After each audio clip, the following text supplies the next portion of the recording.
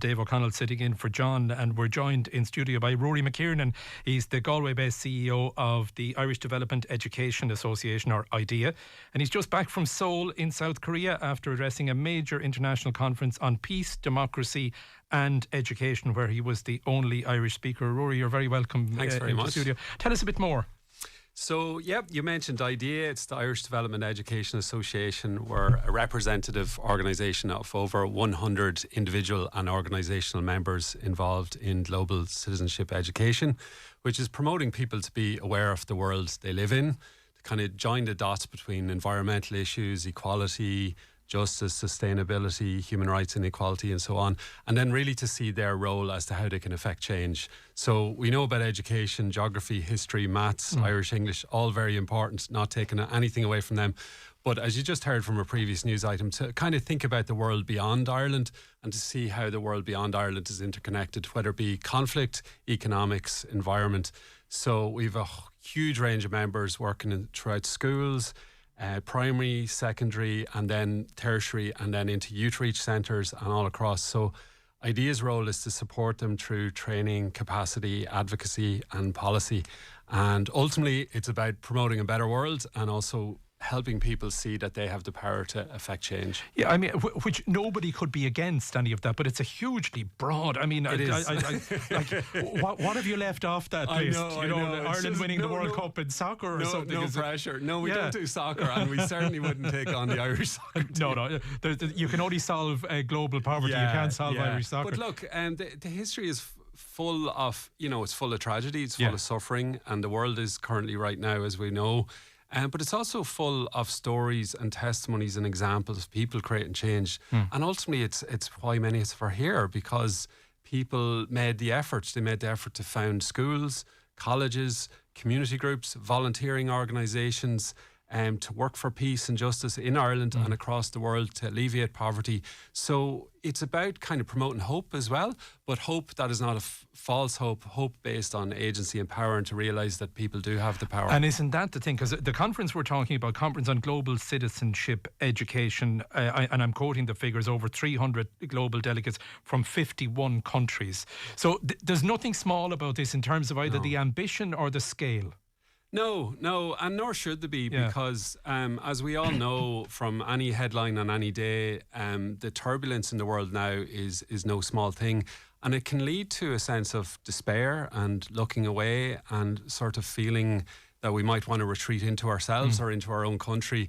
But at the same time, it's the interconnectedness of all of this, is to see that if we join with like-minded people in other countries, in other communities, and to sort of come together really and to build an alternative way of thinking, an alternative way of building, and really believing in solutions. And it's not a naive way of looking at it. It's about concrete work that we kind of share ideas, and that's partially why I was there, is to share some of the Irish testimony of, I grew up close to the border myself. I grew up that the troubles were in the air. I wasn't personally affected in any way, but it was still very much, and look, anybody on the island of Ireland during that time would have been aware. So it's kind of share some of the Irish story of peace building, but community peace building. We know that there were political agreements, Good Friday Agreement and so on, all really important. But a lot of that also came from the grassroots. It came from ordinary people. It came from community groups. And that's what we need right now. If you look at the US, if you look at Hungary, if you look at France, if you look at a lot of turbulence going on, we need that investment in community and in hope.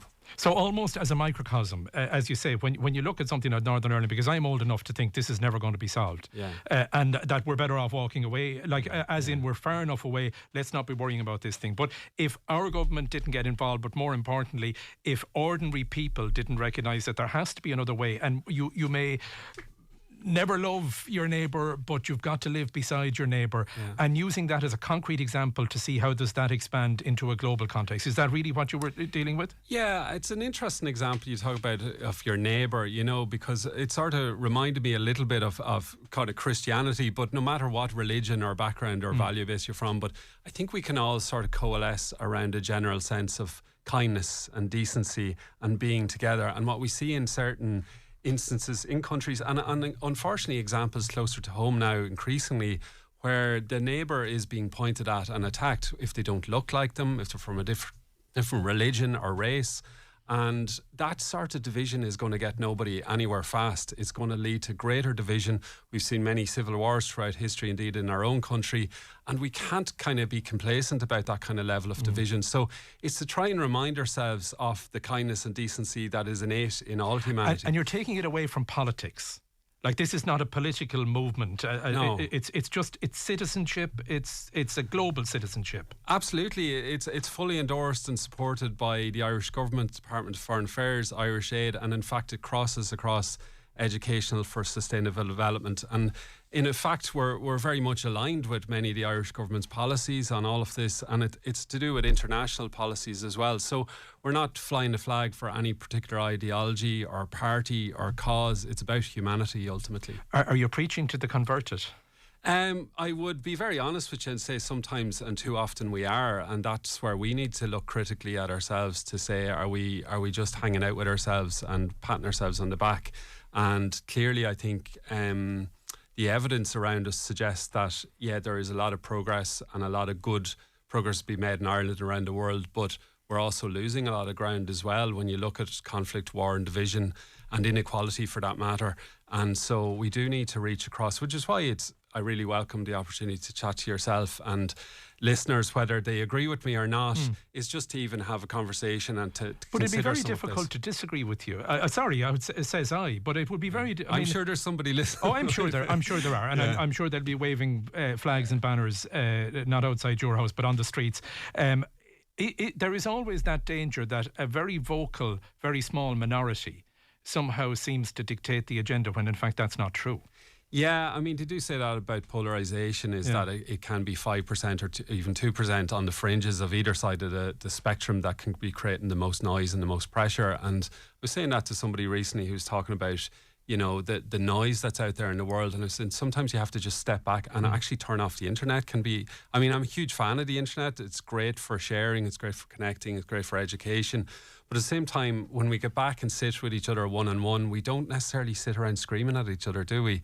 And a lot of that. No, and we certainly don't scream at each other anonymously, which is what and I'm a big fan of the internet as well. Yeah. But honestly, like, we've had this conversation on and off air in here that it is just the negativity. If you thought that was representative of the world, you wouldn't bother going to this conference. Yeah, no, it doesn't do justice to who we really are a lot of the time, and it can bring out the worst in people. And I do think, you know, people have to take personal responsibility, but at the same time I also think that tech companies and algorithms and how they recommend noise and arguments and debate and conflict, it's well proven and evidence now that it kind of drives a lot of the activity online.